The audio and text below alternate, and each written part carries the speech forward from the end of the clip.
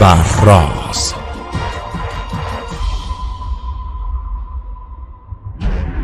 ابرراز توانایی اینه که دقیقاً بدونین چی میخواین و برای پرداخت بهای اون آماده باشین. بیشتر مردم فکر میکنن که ثروت بیشتر با اعمال فشار و سنگینی بیشتر به ذهنشون به دست میاد و تنها تحت فشار ذهنی میتونن به ثروت برسن. اگه به کلمه اترکشن یعنی جذب دقت کنین میبینین که ما کلمه اکشن یا عمل رو درون اون داریم، یعنی ACTION. همینطور تو واژه رضایت یعنی satisfaction هم دوباره کلمه اکشن یا عمل رو میبینیم و اگه لغت رضایت در زبان انگلیسی رو ریشه یابی کنیم میبینیم که بخش اول اون به معنای کافیه و این یعنی رضایت به معنای عمل برای رسیدن به نتیجه. وقتی من کتاب سوپ جوجه برای روح نوشتم همه گفتن تو خیلی خوشبختی، ایده بزرگی داری، اما همه این ثروت و سعادت من فقط با تجسم به دست اومد. توی دفترم اسم خودم رو به عنوان نویسنده پرفروشترین کتاب نوشته بودم و تجسم کردم که کتاب فروش یا پر از کتابای منن و همه این تجسم‌ها به واقعیت پیوستن. باید تقاضا کرد، باور کرد و دریافت کرد. این سه مرحله قانون جذبه. در مرحله دوم یعنی باور نیاز به عمل و اقدام هست. این باور شماست که موجب میشه اعمال شما ادامه پیدا کنن. معنای باور این نیست که یه گوشه بشینین و بگین من باور دارم و میتونم ثروتمند بشم. باور یعنی اقدام و انجام کارهایی که ثروت تولید میکنه. ابرراز در نهایت میتونه موجب بشه ارزش و ثروت زیادی برای انسانهای بیشماری ایجاد بشه و اگه شما از ابرراز استفاده کنین میتونین ثروت زیادی رو به سمت خودتون بکشونین. پس با ارائه خدمات و کمک به آدمای دیگه تا زندگی خودشون رو توسعه و بهبود بدن میتونین به انسانای دیگه لذت و شادی ارزانی کنین. با تداوم خدمت رسانی به دیگران و با تفکر دائم در مورد توسعه خدمات خودتون به دیگران خواهید دید که ثروت سهم نهایی شما خواهد بود. بنابراین اگه میخواین به ثروت برسین باید این هدف رو برای خودتون تعریف کنین. منظور شما از ثروت چیه؟ چقدر پول میخواین داشته باشین؟ برای من استقلال مالی داشتن و 30 میلیون دلار ثروت که به من اجازه بده سبک زندگی مورد نظر خودم رو داشته باشم به معنای توانگریه و برای همین به اون رسیدم و این دقیقاً همون چیزی بوده که میخواستم. اونو تو ذهنم تجسم کردم و سبک زندگیمو بر اساس اون بنا کردم. اکثر آدما تعریفی از ثروت مورد نظرشون ندارن. نمیدونن چقدر درآمد ورودی برای تامین خواسته هاشون میخوان. فقط میگن یه قایق تفریحی میخوام، اما نمیدونن هزینه خرید قایق چقدره، نگهداریش چقدر هزینه داره. از هزینه تعمیر و نگهداری قایق هیچ ذهنیتی ندارن. بنابراین ابتدا سبک زندگی خودتون رو طراحی کنین و بعدش مشخص کنین دقیقاً این سبک زندگی چقدر خرج داره و به عدد مشخصی از ثروت برسین و بدونین این همون عددیه که باید به اون برسین و بعد باور کنین که میتونین به این رقم برسین. هر روز اونو تجسم کنین، به وقت عمل دست به اقدام بزنین، چیزی رو که میخواین تقاضا کنین، تسلیم نشین. اصلاً به تسلیم شدن فکر نکنین. فقط مصمم باشین و پافشاری کنین تا به هدف مورد نظرتون برسین. اگه میخواین در دنیای بیرون خودتون ثروتمند و توانگر باشین اول باید در درون خودتون ثروتمند بشین، از بالا تا پایین، از درون تا بیرون. اول باید در ذهن خودتون ثروتمند بشین، بعد از اونه که میتونین در دنیای بیرون خودتون هم به ثروت برسین و در واقعیت زندگی خودتون ثروت رو ببینین. باید روحیه‌ای ثروتمندانه داشته باشین، باید قالب ذهنی شما ثروتمند بودنتون رو باور کنه، باید توانگری خودتون رو باور کنین و بعد از اونه که در زندگی بیرونی خودتون اون رو خواهید دید. این درباره جذب چیزای مختلف به سمت خودتون نیست، بلکه یاد گرفتن اطمینان به خودتونه، به اینکه میتونین اونا رو به سمت خودتون بکشین. شما به صورت طبیعی آدمای خاص یا فیلمای خاصی رو به سمت خودتون جذب میکنین. فیلمای خاصی به سمت شما میان، به جاهای خاصی کشونده میشین. کتابی که میخواین به سمت شما میاد. اطمینان کنید که چیزی که شما به سمتش جذب میشین شما رو به جایی که لازمه میبره، هرچند ممکنه همیشه برای شما قابل فهم نباشه. یادم میاد زمانی در سمیناری حضور داشتم که خانمی آموزش میداد چطور میشه درآمد سالانه خودمون رو 3 برابر کنیم. در اون زمان قیافه من خیلی شبیه هیپیا بود. همسرم ضد ثروت بود و میگفت که پول ما مال شیطانه و گرایش‌های هیپی گرایانه اون زمانو داشت. اون میگفت اصلا نمیتونم ببینم تو بری به سمیناری که تو اون ثروتمند شدن رو آموزش میدن. من فکر میکردم تو در بند دنیای مادی نیستی. من گفتم عزیزم نمیدونم چرا اما ناخودآگاه به این سمینار جذب شدم. میخوام تو اون شرکت کنم. وقتی تو سمینار نشستم زنی که کنارم نشسته بود شروع به صحبت کرد و منم شروع کردم صحبت کردن در مورد بیماری گربه‌ام با اون خانم. اون گفت که من تخصصم درمان اون بیماریه و منم گفتم خب این بیماری درمان نداره. اون گفت نه راه علاجی هست و منم میتونم به شما آموزشش بدم. اون اومد پیش من و بهم کمک کرد تا گربه‌مو درمان کنم. گربه منم بعد از اون سالها زندگی کرد و حالش کاملا خوب شد. کاری که من کردم این بود که به احساسی که منو به اون سمینار جذب کرده بود اعتماد کردم و به سمت مسیری رفتم که سلامتی گربه منو رقم زد. چیزی که در واقع در ناخودآگاه من هدفم بود، سلامتی گربه من بود. رابطه اجتماعی یه خیابون دو طرفه است. فقط گرفتن نیست و فقط به دست آوردن چیزی که میخواین، بلکه باید عشق رو هم بروز بدین. هر شخصی باید 100% مسئولیت کیفیت روابط خودش رو بپذیره، چون اگه فقط 50% مسئولیت روابط خودش رو قبول کنه، این نگرش اصلا جواب نمیده.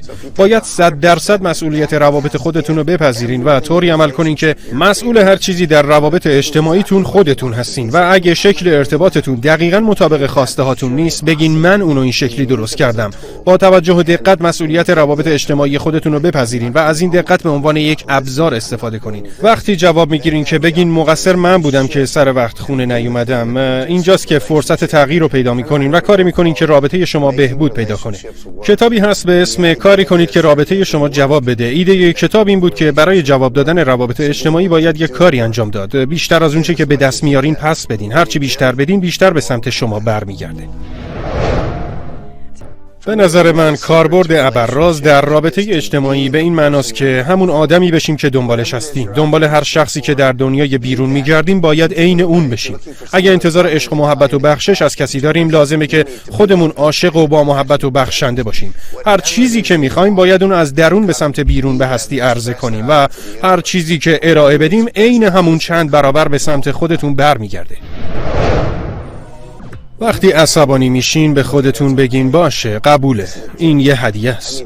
من نیاز دارم اینجا یه چیزی رو رها کنم. برای رشد رابطه گاهی لازمه به جای این که توقع داشته باشیم فرد دیگه ای ما رو خوشحال کنه، از خودمون بپرسیم چطور ما میتونیم به دیگران خدمت کنیم و چطور میتونیم از اونها یاد بگیریم، به جای اینکه فکر کنیم چطور میتونیم از بقیه استفاده کنیم تا نیازهای ما رو رفع کنن. و اگه این کارو بکنین خواهید دید که رابطه بهتری نصیبتون میشه. همونطور که دکتر ماسارو ایموتو گفت، آب 85% بدن ما رو تشکیل میده و افکار ما ارتعاشاتی در این آب به وجود میارن. آبی که حافظه داره.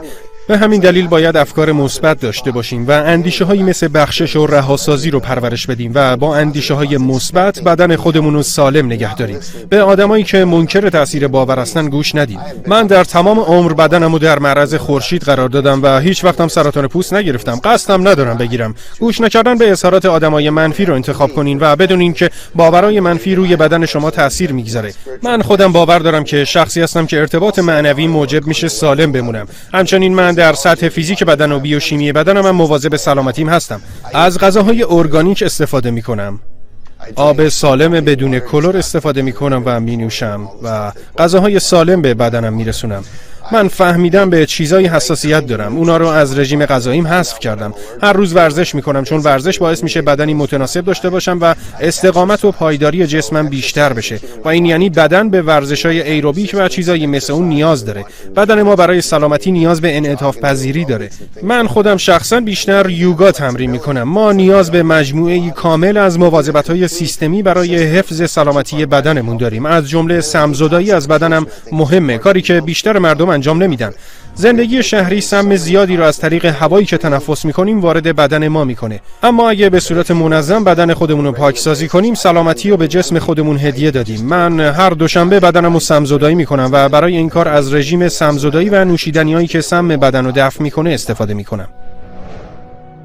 اگر الان نشستین و این فیلم رو تماشا میکنین و بیمار هستین و از یک بیماری مزمن رنج میبرین، کارهایی که باید انجام بدین اینه که اول روی روحیه خودتون کار کنین.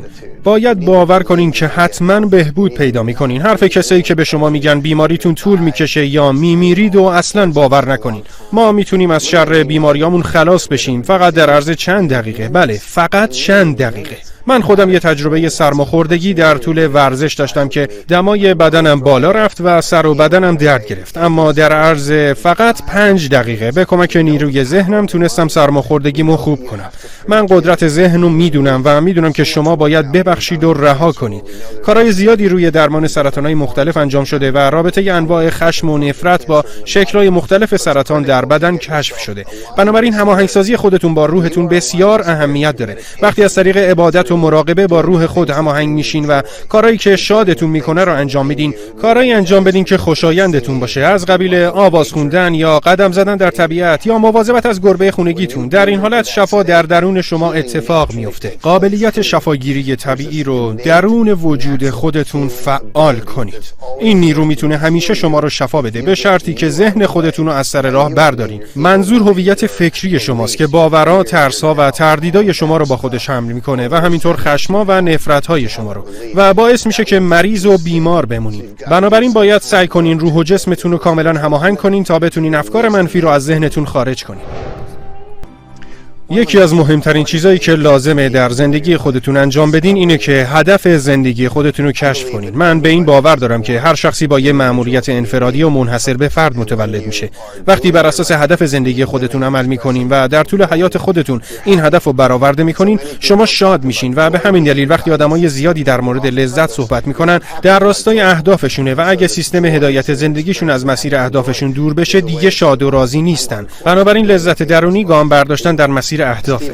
استیون کاوی میگه که موقع مردن ما به پایان زندگیمون نمیرسیم، بلکه به بالای یه نردبون میرسیم و این خیلی بده که نردبون عمرمون رو به بام اشتباهی تکیه داده باشیم. آدمایی میبینیم که ماشین یا اسباب بازیای خیلی گرون قیمت دارن و خیلی هم ثروتمندن. اونا همه چیز دارن و تو جامعه هم بسیار مشهورن، اما خوشحال نیستن چون اونا نتونستن هدف خودشون رو برآورده کنن. شبیه اینه که گل سرخ آفریده شده تا گل سرخ باشه. گل داوودی قرار بوده گل داوودی باشه. گل شمدونی هم باید گل شمدونی باشه، ولی ما چون انسانیم و به ما حق انتخاب داده شده، انتخاب بین چند چیزو داریم و این خیلی سخته. ما میتونیم هر کاری دلمون بخواد انجام بدیم، اما متاسفانه اکثر ما در مسیری متفاوت از اهدافمون هستیم.